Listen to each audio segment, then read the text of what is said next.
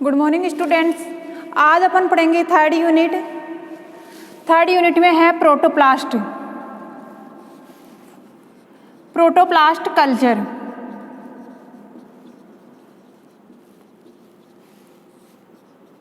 संवर्धन इसको बोलते हैं जीव द्रव्य। देखो कल्चर क्या होता है, सबसे पहले अपन को कल्चर के बारे में जानना है। आपकी थर्ड और फोर्थ यूनिट है कल्चर से रिलेटेड है। और कल्चर क्या होता है, सबसे पहले अपन कल्चर के बारे में चर्चा करेंगे, उसके बाद अपन चर्चा करेंगे प्रोटोप्लास्ट के बारे में। कल्चर क्या होता है, कल्चर एक क्या होता है, मीडियम होता है। क्या होता है, मीडियम होता है। इस मीडियम में सभी पोषक तत्व उपस्थित होते हैं, यानी अपन यहाँ पे बात करते हैं एक मीडियम बनाया जाता है। इस मीडियम में क्या होते हैं, सभी पोषक तत्व उपस्थित होते हैं।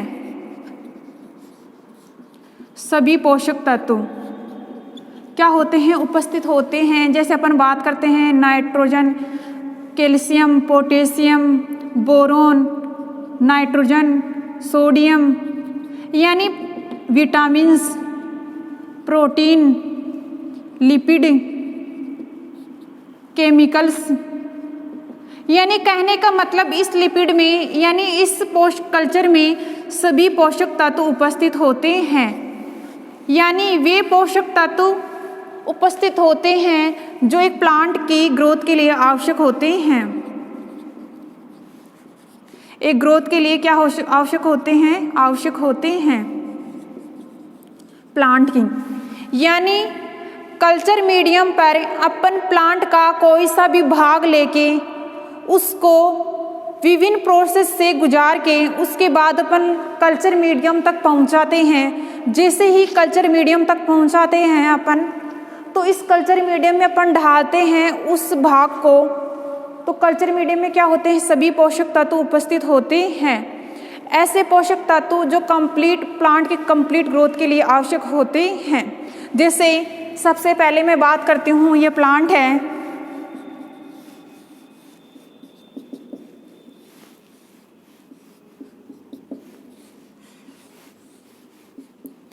सबसे पहले टर्म आता है कल्चर का, तो अपन बात करते हैं ये प्लांट है। ये क्या है, रूट है, ये लीफ है, ये क्या है, स्टेम है, और यहाँ पर अपन बोल सकते हैं फ्लावर। यानी अपन कह सकते हैं ये क्या है, फ्लावर है। अब यहाँ पर अपन बात करते हैं, जैसे अपन बात करेंगे कि कल्चर का टर्म आता है, तो सबसे पहले कल्चर में लेना है अपन को प्लांट के यानी पादप के कायिक भाग। क्या लेना है, कायिक भाग।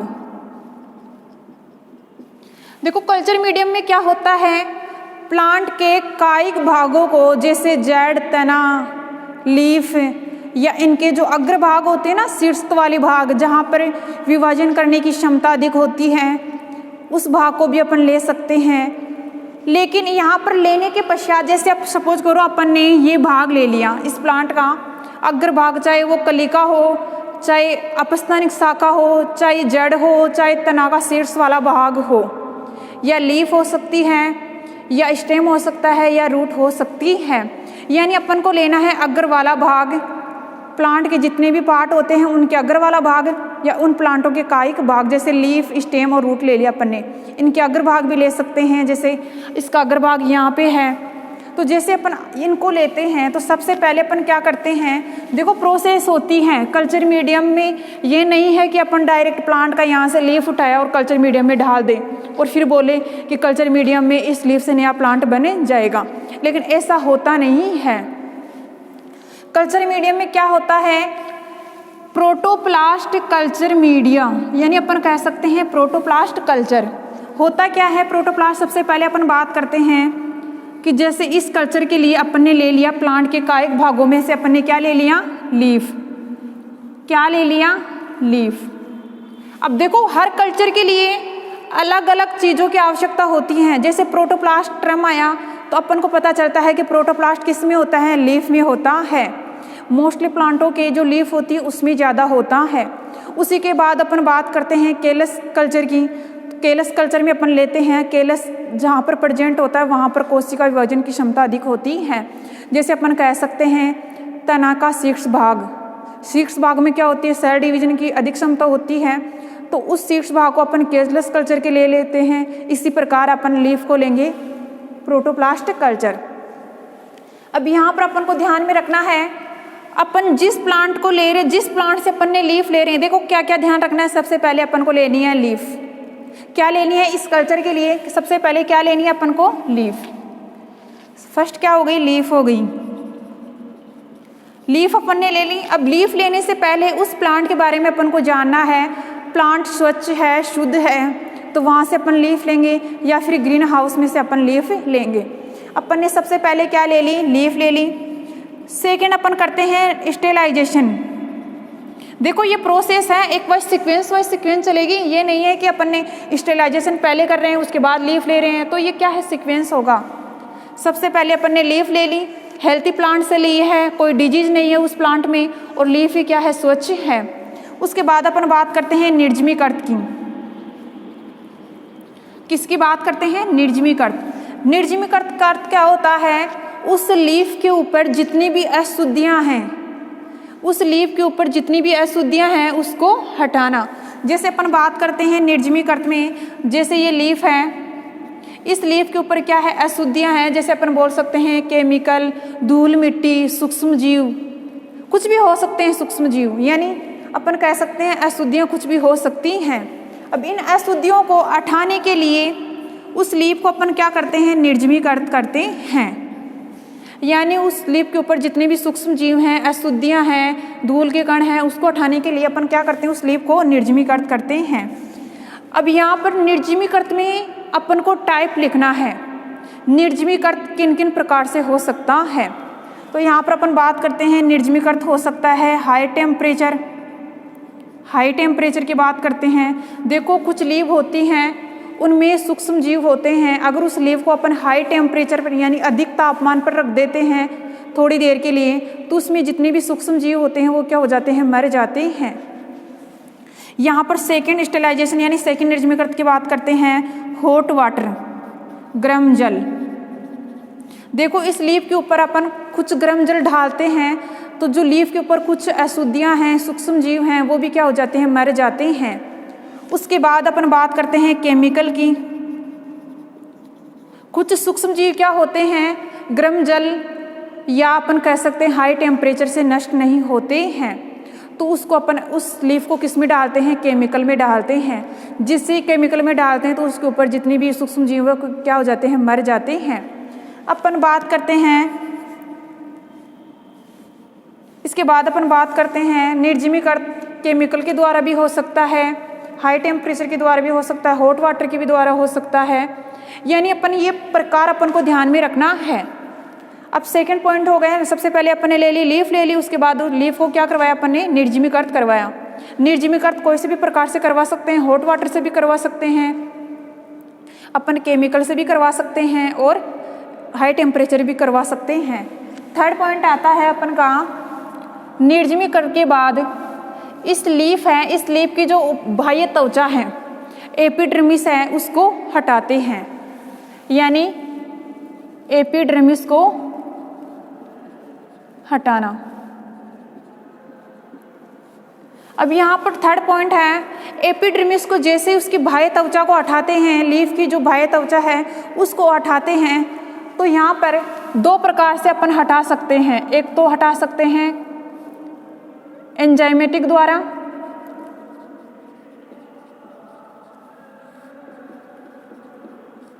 एक तो हटा सकते हैं अपन एंजाइमेटिक द्वारा, एक हटा सकते हैं मैकेनिकल द्वारा यानी यांत्रिक द्वारा।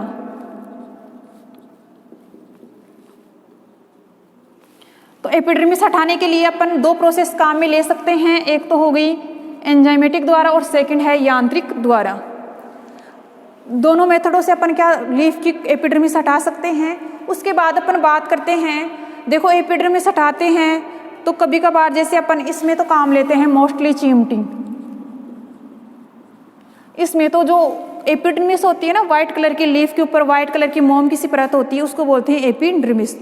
उसको अगर अपन चिमटी से हटाते हैं तो अपन को कम मात्रा में प्रोटोप्लास्ट प्राप्त होता है, क्योंकि चिमटी से अपन जैसे उखाड़ते हैं तो लीफ पूरी तरह से क्या हो जाती है, खराब हो जाती है। कभी कभार एपिडर्मिस हटती नहीं है, जिससे लीफ क्या हो जाती है, खराब हो जाती है। प्रोटोप्लास्ट क्या होता है, कम मात्रा में प्राप्त होता है। किनसे, यांत्रिक से। एंजाइमेटिक मेथड है, इसमें जो प्रोटोप्लास्ट प्राप्त होता है वो एंजाइमों के द्वारा, जैसे कई एंजाइम ऐसे होते हैं अगर उस लीफ को एंजाइम के सॉल्यूशन में डाल देते हैं तो ऑटोमेटिकली वो एंजाइम क्या करते हैं, सिर्फ एपिडर्मिस को ही हटा देते हैं। इसलिए पूरा का पूरा जो प्रोटोप्लास्ट है सुरक्षित बना रहता है, यानी प्रोटोप्लास्ट की हानि नहीं होती है। यानी अपनी यहाँ पर बात करते हैं तो किसका सॉल्यूशन डालते हैं, एंजाइम का सॉल्यूशन यहाँ पर डालते हैं तो इससे अच्छा प्रोटोप्लास्ट प्राप्त होता है। कहने का मतलब जितना लीफ में प्रोटोप्लास्ट होता है उतना ही प्रोटोप्लास्ट अपन को प्राप्त होता है, लेकिन मैकेनिकल में ऐसा होता नहीं है। क्यों नहीं होता है, क्योंकि अपन चिमटे से जैसे अपन एपिडर्मिस को हटाते हैं तो चिमटे क्या हो जाती है, आगे पीछे हो जाती है, कभी कभार हटता नहीं है, जिससे जो वो भाग है पूरी तरह से क्या हो जाता है, खराब हो जाता है। प्रोटोप्लास्ट की मात्रा उसमें क्या होती है, कम हो जाती है। इसलिए ये मेथड कम यूज में होता है, क्योंकि इसमें प्रोटोप्लास्ट की क्या होती है, मात्रा कम प्राप्त होती है। उसके बाद अपन बात करते हैं, अब जैसे ही अपन एपिडर्मिस को हटा देते हैं लीफ के ऊपर से, देखो अब ये एपिडर्मिस है यानी ये लीफ है। अब अपन ने ऊपर वाली जो एपिडर्मिस है इसको अपन ने हटा दिया, यानी अपन कह सकते हैं सेल वॉल रिमूव या एपिडर्मिस यानी अपन कह सकते हैं सेल वॉल, बाहर की तरफ सेल वॉल होती है, एपिडर्मिस होती है, उसको अपन ने क्या कर दिया, रिमूव कर दिया। रिमूव करने के बाद ऐसी स्ट्रक्चर बचती है लीफ की, सिंपल स्ट्रक्चर, यानी अपन कह सकते हैं cell membrane. Cell membrane, cell membrane से घिरी हुई संरचना, सेल मेम्ब्रेन से घिरी हुई संरचना क्या कहलाती है, प्रोटोप्लास्ट कहलाती है। यानी अपन कह सकते हैं केवल प्लाज्मा मेम्ब्रेन से घिरी हुई प्लांट कोशिका क्या कहलाती है, प्रोटोप्लास्ट कहलाती है। और इस प्रोटोप्लास्ट में क्या होती हैं, एक्टिव कोशिकाएं होती हैं, इसलिए इसको टोटिपोटेंसी पाई जाती है। यानी इसके अंदर क्या पाई जाती है, टोटिपोटेंसी पाई जाती है। टोटिपोटेंसी का अर्थ क्या होता है, ऐसी कोशिका जो अपने आप में क्या होती है, मैच्योर होती है और एक नया प्लांट का निर्माण कर सकती है। टोटिपोटेंसी ऐसी कोशिका होती है जो एक अपने ही समान एक नए प्लांट को उत्पन्न करने की क्षमता रखती है, उसको बोलते हैं टोटिपोटेंसी। टोटिपोटेंसी के अंदर क्या होती हैं, एक्टिव कोशिकाएं होती हैं। उन एक्टिव कोशिकाओं की वजह से ही टोटिपोटेंसी एक नया प्लांट का निर्माण कर सकती है। उसके बाद अपन बात करते हैं, तो इस प्रकार यहाँ से अपन कह सकते हैं प्रोटोप्लास्ट का अर्थ क्या होता है। तो इस प्रकार अपन अब टॉपिक पे आते हैं, बात क्या है टॉपिक की, प्रोटोप्लास्ट कल्चर। अब जहाँ पर भी प्रोटोप्लास्ट टर्म आता है तो अपन को ये की बात ध्यान में रखना है, लीफ लेना है और लीफ के अपन को क्या हटाएंगे, एपिडर्मिस और सेल वॉल हटाने के बाद जो संरचना बचती है उसको बोलती हैं प्रोटोप्लास्ट। प्रोटोप्लास्ट उसको बोलते हैं। अगर इस लीफ को कल्चर मीडिया पर ट्रांसफर करते हैं तो इसलिए इसका नाम क्या रख दिया, प्रोटोप्लास्ट कल्चर। कहने का मतलब प्रोटोप्लास्ट से अपन एक नया प्लांट बनाते हैं और नया प्लांट बनाने के लिए अपन को मीडियम की आवश्यकता होती है, कल्चर की आवश्यकता होती है, इसलिए प्रोटोप्लास्ट कल्चर नाम रखा गया। यानी जीव द्रव्य के द्वारा, यानी जीव द्रव्य में एक नए प्लांट बनाने की कैपेसिटी होती है, इसलिए इसको क्या कहते हैं, प्रोटोप्लास्ट कल्चर कहते हैं। और कैसे बना सकते हैं, कल्चर मीडियम पर इस जीव द्रव्य के द्वारा एक नया प्लांट बना सकते हैं। उस कल्चर मीडियम में क्या डालना है, कल्चर मीडियम होता क्या है, बार बार टर्म आ रहा है, कल्चर होता क्या है। कल्चर होता यही है कि इसमें जो सभी पोषक तत्व होते हैं उपस्थित होते हैं जो एक प्लांट की ग्रोथ के लिए आवश्यक होते हैं।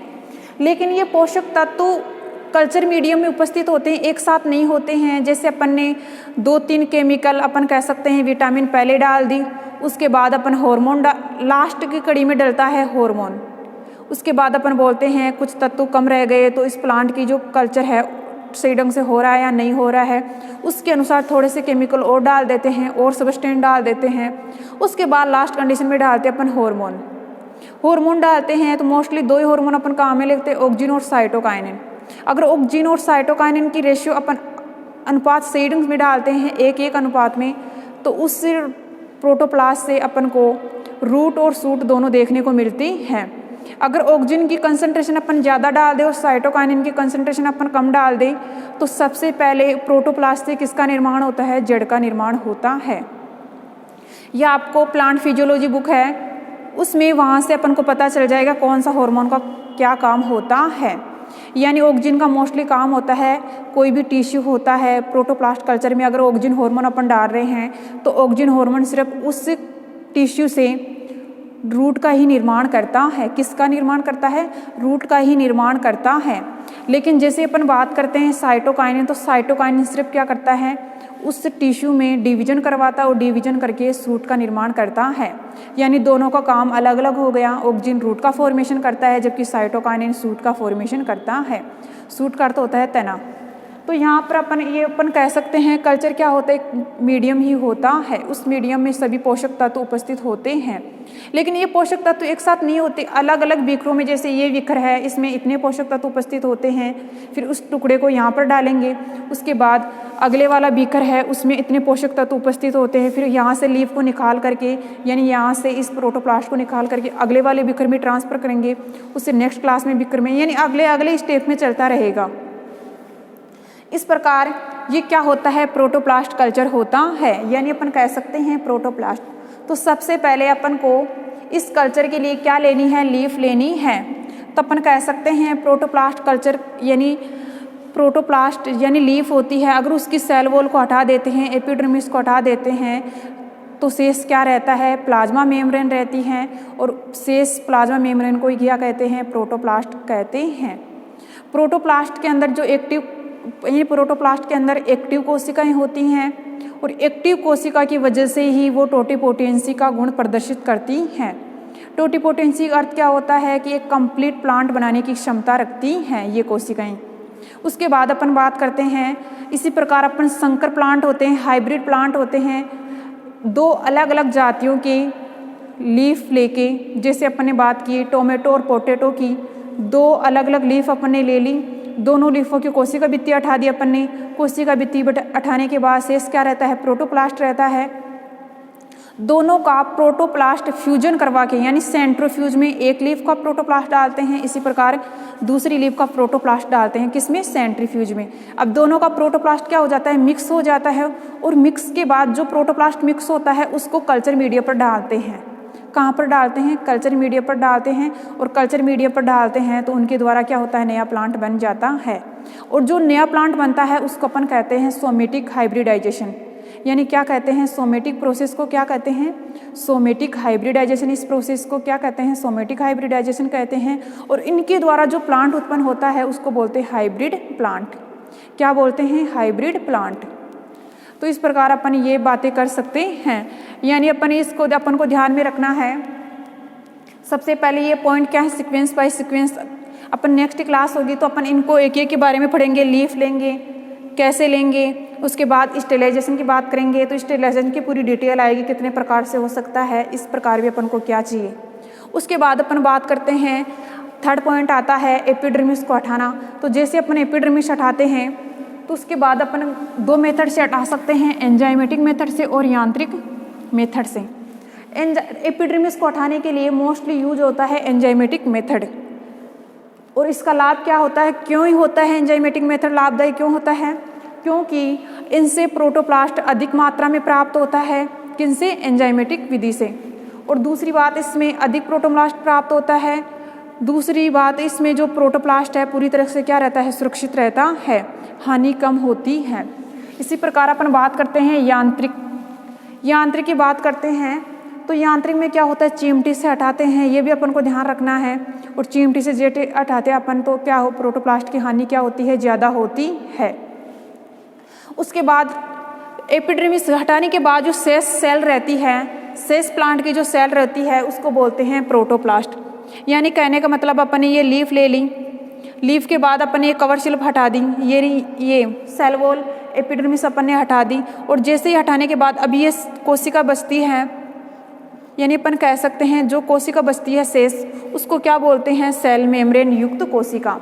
सेल मेम्ब्रेन युक्त कोशिका प्रोटोप्लास्ट कहलाती है। क्या कहलाती है? प्रोटोप्लास्ट कहलाती है। यानी अपन कह सकते हैं without cell wall known as protoplast, without cell wall known as protoplast, यानी सेल वॉल के हटाने के बाद जो कोशिका बचती है उसको बोलते हैं प्रोटोप्लास्ट। अब यहाँ पर जैसे अपन दो अलग अलग जातियों का प्रोटोप्लास्ट लेके, दो अलग अलग प्लांटों की दोनों को लीफ लेके अपन उनके द्वारा भी क्या कर सकते हैं? इस सोमेटिक हाइब्रिडाइजेशन के प्रोसेस को प्राप्त कर सकते हैं, यानी हाइब्रिड प्लांट प्राप्त कर सकते हैं। तो सबसे पहले अपन बात करते हैं protoplast.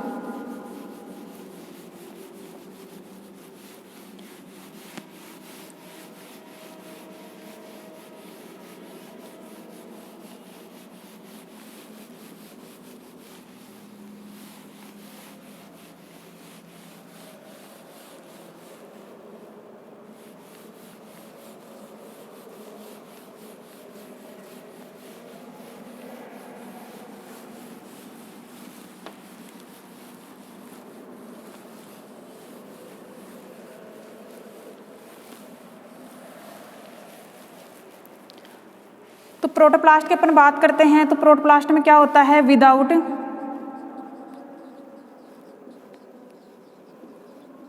Cell wall known as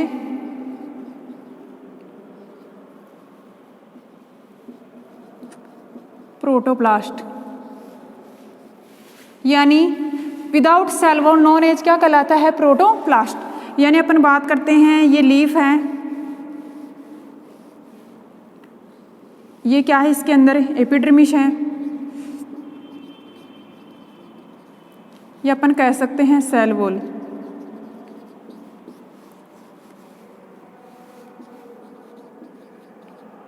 remove, यानी परिभाषा क्या होगी? Remove epidermis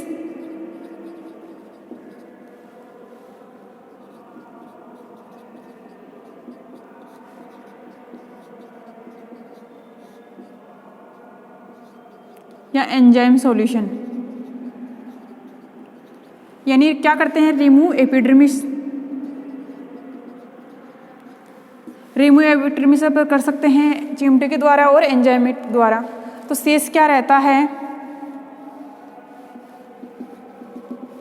protoplast. तो इसकी परिभाषा क्या हो गई? लीफ की एपिडर्मिस को चिमटी या सेल वॉल को चिमटी की सहायता से हटाना क्या कहलाता है? प्रोटोप्लास्ट कहलाता है।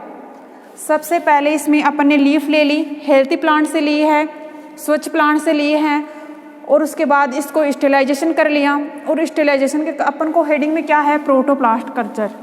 तो प्रोटोप्लास्ट कल्चर के लिए अपन को अब क्या प्राप्त करना है? प्रोटोप्लास्ट। अब यहाँ पर अपन डिटेल पढ़ेंगे, ये क्या होता है? एंजाइमेटिक सॉल्यूशन क्या होता है? चिमटी क्या होती है? मैकेनिकल मेथड क्या होता है? एंजाइमेटिक मेथड क्या होता है? अपन इनके बारे में एक के बारे में चर्चा करेंगे, क्योंकि ये देखो टर्म बाद में आ जाएंगे। जैसे स्टेलाइजेशन मैंने यहाँ पे नहीं करवाया, लेकिन आपका स्टेलाइजेशन का पूरा टॉपिक अलग है, पूरा टॉपिक अलग है, लेकिन अपन हेडिंग में डाल के छोड़ देंगे। जैसे सबसे पहले प्रोटोप्लास्ट कल्चर आया, सबसे पहले अपन ने क्या ली? लीफ लेते हैं। उसके बाद सेकेंड पॉइंट क्या है? निर्जमीकरण करते हैं, निर्जमीकरण करते हैं। थर्ड पॉइंट है एपिडर्मिस हटाते हैं। अब यहाँ पर जैसे एपिडर्मिस हटाते हैं तो दो मेथड लागू हो जाते हैं, मैकेनिकल, एंजाइमेटिक। अब यहाँ पर मैकेनिकल और एंजाइमेटिक मेथड है, अपन डिटेल से पढ़ेंगे, क्योंकि प्रोटोप्लास्ट कल्चर में प्रोटोप्लास्ट को कैसे प्राप्त करते हैं, यानी सेल वॉल कैसे हटाते हैं, उसके बारे में अपन पूरी डिटेल पढ़ेंगे, मैकेनिकल और केमिकल के बारे में। उसके बाद अपन बात करते हैं, अगर अपन ने प्रोटोप्लास्ट प्राप्त कर लिया, उसको कल्चर मीडियम पर कैसे ट्रांसफ़र करते हैं, और ट्रांसफ़र करने के बाद कल्चर मीडियम से उस टुकड़े से, यानी इस लीफ के टुकड़े से या इस लीफ से नया प्लांट प्राप्त होता है, वो कैसे होता है। ठीक है, तो नेक्स्ट क्लास में अपन बात करेंगे मैकेनिकल की, एंजाइमेटिक की। आज ये प्रोटोप्लास्ट यानी कह सकते हैं 3rd यूनिट की बेसिक बातें देखी है अपन ने, क्या होता है क्या नहीं होता है, कैसा मीडियम होता है, ये बार बार कल्चर का टर्म आ रहा है तो होता क्या है, यानी जहाँ पर कल्चर का टर्म आता है उसके आगे जो शब्द आता है और उस शब्द में अपन कौन सा प्लांट का भाग लेते हैं वो अपन को ध्यान में रखना है। जैसे अपन ने ले लिया कल्चर, कल्चर से अगर क्या आया है प्रोटोप्लास्ट, तो अपन को पता है कि प्रोटोप्लास्ट की मात्रा सबसे ज़्यादा किस में होती है, लीफ में ही होती है, तो यहाँ पर मोस्टली क्या लेंगे, लीफ लेंगे कायिक भाग, यानी अपन को टर्म तो सारे लिखने हैं लेकिन कायिक भाग में से मोस्टली किसको लेंगे, अपन लीफ को लेंगे। नेक्स्ट क्लास में अपन बात करेंगे एंजाइमेटिक और मैकेनिकल के बारे में, क्या होते हैं, कैसे इनसे प्राप्त करते हैं, उसके बाद अगर प्राप्त होता है तो नया प्लांट कैसे बनता है, नेक्स्ट क्लास में बात करेंगे, ठीक ना।